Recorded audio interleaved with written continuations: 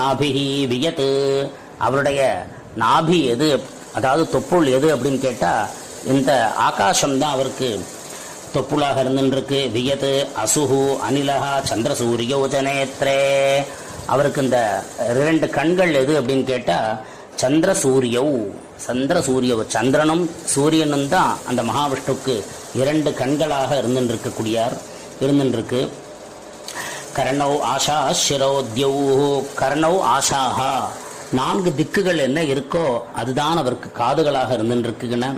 சிரோத்யௌ, சொர்க்கலோகம்னு என்ன சொல்றோமோ அதுதான் அவருக்கு தலை.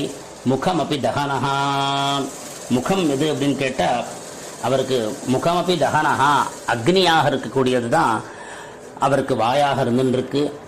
எஸ்ய வாஸ்தேகம் அப்திஹி, எஸ்ய வாஸ்தேகம் அப்திஹி, வாஸ்தேகம் அப்திஹி, சமுத்திர ஜலம் என்ன இருக்கோ